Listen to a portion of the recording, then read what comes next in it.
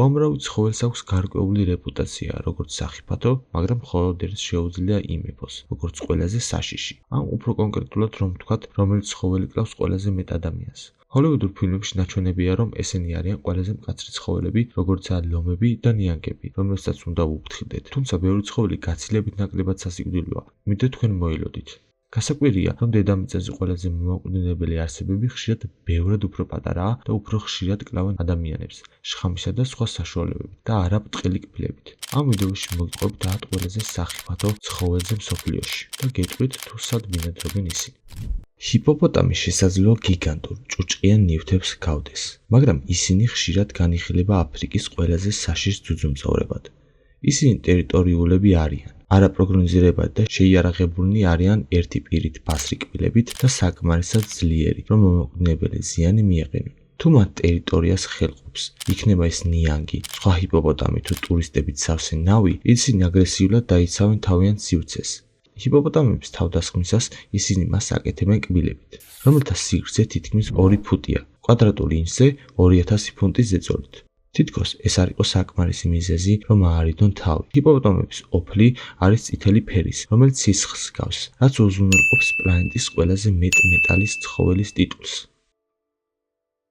ფლორიდის ალიგატორები შეიძლება საშინელნი იყვნენ, მაგრამ მათ არაფერი აქვს თავის ბიძაშვილზე, საშინელ ნიანგზე, რომელიც უფრო მოკრძალებული, ადვილად პროვოცირებული და აგრესიულია ყველაფრის მიმართ, რაც მის გზას გადაკვეთავს. მსოფლიოს ყველაზე სახეობიდან ყველაზე დიდი და ყველაზე საშიში არის მარილიანი წყლის ნიანგი. ეს სასტიკი მკვლელები შეიძლება გაიზარდონ 23 ფუტ სიგრძემდე, იწონდეს ტონაზე მეტს და ცნობილია, რომ ყოველწლიურად ასობით ადამიანს კლავს.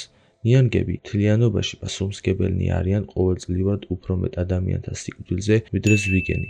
მარილიანი წყლის ნიანგები განსაკუთრებით საშიშია, რადგან ისინი შესანიშნავი მოცურავეები არიან, როგორც მარილიან, ასევე მტკნარ წყალში და შეუძლიათ სწრაფად დაარტყან კბენით. მარილიანი წყლის ნიანგები გვხვდება ინდო-წყნარი ოკეანის რეგიონში, ყველგან ინდოეთიდან ვიეტნამამდე, ჩრდილოეთ ავსტრალიამდე.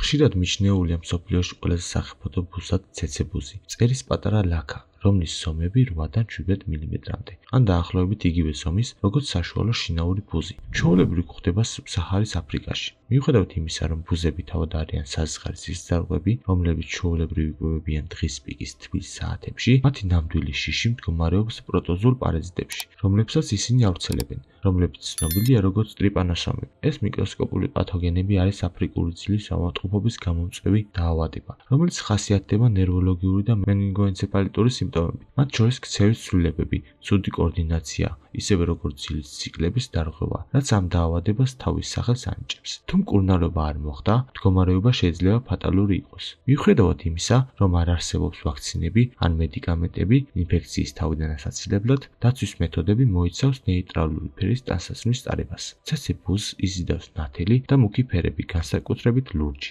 ცეცე დაფრინავს სუდანის, კონგოს დემოკრატიული რესპუბლიკისა და ანგოლას გარშემო.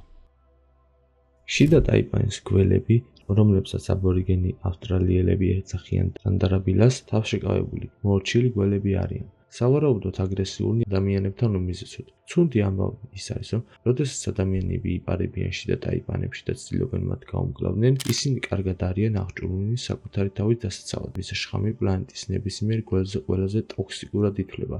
ერთ ნაკვენს შეუძლია 100-ს დასული ადამიანის მოკლა, რაც იწვევს ორგანოების უკმარისობას, კრუნჩხვებს და დამბლას სიკვდილამდე. ერთადერთი ანტიშხამი, რომელიც არსებობს, არის მიმართული შიდა ტაიპანის სანაპირო ბიძაშვილისკენ და გველის შორეული ადგილის გათვალისწინებით მასზე სწრაფი ცნობა ნაკლებად სავარაუდოა. შიდა ტაიპანის მსხვერპლთა უმეტესობა ჰერპეტოლოგები და გველის პროფესიონალური მეპატრონეები არიან.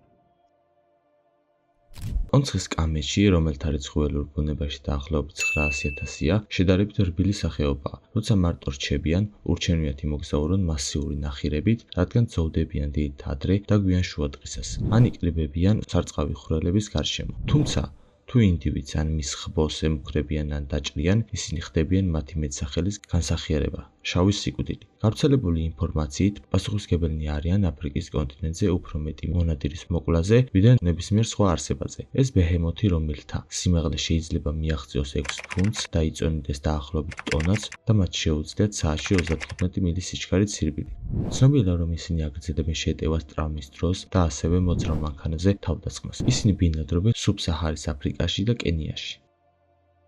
ეს გამჭვირვალე, თითქმის უხილავი უხერხემლოები, რომლებიც ხშირად გვხვდება ინდო-წყნარი ოკეანის წყლებში მცურავი, ითვლება ყველაზე შხამიან საზღვაო ცხოველად მსოფლიოში. მათი სახელოვანი კუბური ჩარჩოები შეიცავს 15-მდე საცეცს, რომელთა სიგრძე 10 ფუტს აღწევს. გარდა ამისა, ეს ღეროები დაფარულია ათასობით მღელვარე უჯრედით, რომლებიც ცნობილია ნემატოცისტების სახელით, რომლებიც შეიცავს ტოქსინებს, რომლებიც ერთდროულად უტევს გულს, ნერვულ სისტემას და კანის უჯრედებს. მიუხედავად იმისა, რომ ანტიშხამი არსებობს, შხამი იმდენად ძლიერია, რომ ცნობილია, რომ მრავალი ადამიანის მსხვერპლი განიცდის შოკს და იხრჩობა ან იღუპება გულის უკმარისობით. მათთვის, ვისაც გაუმართლა, რომ მიაღწიოს საავადმყოფოში და მიიღოს ანტიდოტი, გადარჩენილებს ზოგჯერ შეუძლიათ განიცადონ მნიშვნელოვანი ტკივილი კვირეების შემდეგ. შხამიანი ისრები არის ნათელი ფერის ბაყაყების დიდი მრავალფეროვანი ჯგუფი, რომელთაგან მხოლოდ რამდენიმე სახეობაა განსაკუთრებით საშიში ადამიანისთვის. ყველაზე მომაკვდინებელი ოქროშხამიანი ისარი ბინადრობს კოლუმბიის წყნარი ოკეანის სანაპიროს გასწვრივ მდებარე წვიმის ტყეებში და იზრდება დაახლოებით 2 ინჩამდე. მისი შხამი სახელად ბატრაქოტოქსინი იმდენად ძლიერია, რომ ერთ ბაყაყში საკმარისია 10-ის დასული მამაკაცის მოკვლა. მხოლოდ 2 მიკროგრამი, დაახლოებით იმ რაოდენობით, რაც მოთავსდება ქინძის თავზე, შეუძლია ერთი ინდივიდის მოკვლა. მაგრამ რაც ამფიბიას განსაკუთრებით სახიფათოს ხდის, არის ის, მისი შხამიანი ჯირკვლები მდებარეობს კანის ქვეშ, რაც ნიშნავს, რომ უბრალოდ შეხება გამოიწვევს პრობლემებს. გასაკვირი არ არის, რომ ემბრას ძირძველი ხალხი საუკუნეების განმავლობაში ატარებდა ნადირობის ისრებს ბაყაყის ტოქსინს. სამწუხაროდ, ტყეების გაჩეხვა ბაყაყი რამდენიმე საფრთხის ქვეშ მყოფ სიაში მოხვდა. ისინი მხოლოდ კოლუმბიის ტროპიკულ ტყეებში გვხვდება. ტროპიკების თბილ წყლებში აღმოჩენილი ეს მშვენიერი არსებები მყისიერად ცნობადი, მათი უაღრესად ძვირფასი ყავისფერი და თეთრი მარმარილოს ნაჭუჭებით. ჩანს არაღრმა სიღრმეებში, ნაპირთან უფრო ახლოს, მარჯნის რიფებთან და კლდოვან ფორმირებებთან და ქვიშიანი ნაპირების ქვეშ. მაგრამ არ გაბედოთ შეეხოთ 4-დან 6 დიუმიან გასტროპოდებს. მათი ფარული, ჰარპუნის მსგავსი კბილები შეიცავს კომპლექსურ შხამს, რომელიც ცნობილია როგორც კონტოქსინი, რაც მათ ლოკოკინების ერთ-ერთ ყველაზე შხამიან სახეობად აქცევს. მხოლოდ რამდენიმე ადამიანს აქვს ნაკბენი, მაგრამ სამწუხაროდ არ არსებობს ანტიშხამი. ტოქსინი აჩრებს ნერვული უჯრედების ერთმანეთთან კომუნიკაციას, ასე რომ არსება არა მხოლოდ იწვევს დამბლას რამდენიმე წამში, არამედ მისი მეტსახელის მიხედვით სიგარეტის ლოკოკინა გაძლევს საშუალებას მოგცემთ დაახლოებით საკმარის დროს, რომ მოწიოთ სიგარეტის სიკვდილამდე. კონუსური ლოკოკინები ცხოვრობენ კარიბის ზღვის კუნძულების, ჰავაის და ინდონეზიის მიმდებარე წყლებში. თუ ამ ობობის ზომა არ არის საკმარისი უეცარი იმპაქტის გასაჩენად, ისინი შეიძლება იყვნენ 5-დან 7 ინჩის სიგრძე. მაშინ მისი ძალზე შხამიანი ნაკმენი დაასრულებს საქმეს. ბევრ ობობას აქვს ტოქსინებით სავსე კბილები, მაგრამ ცნობილია, რომ არ კმენენ ადამიანებს. სამწუხაროდ ბრაზილიური მოხეტიალე ობობა ერთ-ერთი მათგანი არ არის. კიდევ უფრო უარესი, ეს ობობა ხშირად ამართლებს თავის სახელს და ხეტიალობს მჭიდრო დასახლებულ რაიონებში, რათა ეძებოს თავშესაფარი ბნელ მყუდრო ადგილებში, როგორიცაა ფეხსაცმლის, ტანსაცმლის, მორების გროვები, მანქანები და სხვა ადგილები, სადაც ადამიანები ხშირად ხვდებიან. ადამიანის სიკვდილი შეიძლება მოხდეს ნაკმენიდან 2-დან 6 საათში. როგორც წესი, ფილტვის უკმარისობის შემდეგ, ასევე ხდება ცხელება, ღებინება და დამბლა. ბრაზილიელი მოხეტიალე ობობები, რომლებიც ცხოვრობენ თავიანთი სახელის ქვეყნის მიღმა, ასევე გვხვდება ცენტრალურ და სამხრეთ ამერიკის ტროპიკულ რეგიონებში. Pufferfish, ასევე ცნობილი როგორც blowfish, მდებარეობს ტროპიკულ ზღვებში მთელს მსოფლიოში. მიუხედავად იმისა, რომ ისინი მეორე ყველაზე შხამიანი ხერხემლიანები არიან პლანეტაზე, ისინი სავარაუდოდ უფრო საშიშია, რადგან მათი ნეიროტოქსინი გვხვდება თევზის კანში, კუნთოვან ქსოვილში, ღვიძლში, თირკმელში. მიუხედავად იმისა, რომ ველური შეტაკებები უფრო საშიშია, ფაფუკის თევზისგან სიკვდილის რისკი იზრდება იაპონიის მსგავს ქვეყნებში, სადაც ის ითვლება დელიკატესად, რომელიც ცნობილია როგორც ფუგუ და შეიძლება მომზადდეს მხოლოდ გაწვრთნილი, ლიცენზირებული მზარეულების მიერ. მაშინაც კი, გადაყრობის შემდეგ შემთხვევით სიკვდილი ხდება წელიწადში რამდენჯერმე. ტეტროდოტოქსინი 1200-ჯერ უფრო შხამიანია ვიდრე ციანიდი. მას შეიძლება გამოიწვიოს თავბრუსხვევა, ღებინება, არითმია, სოთვის გაძნელება, კუნთების დამბლა და თუ მკურნალობა არ უშველას სიკვდილი. თქვენ იპოვით ფაფუკ თევზებს იაპონიაში, ჩინეთსა და ფილიპინებში.